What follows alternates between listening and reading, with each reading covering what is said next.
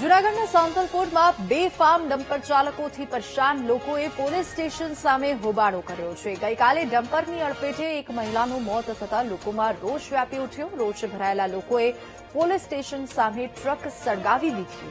પોલીસની મિલીભગતથી ખનીજ માફિયાઓ બેફામ બન્યા હોવાનો આરોપ છે। પોલીસ નેતાઓ અને ખાણ ખનીજ અધિકારીઓ પર ગંભીર આક્ષેપ લગાવવામાં આવ્યો છે।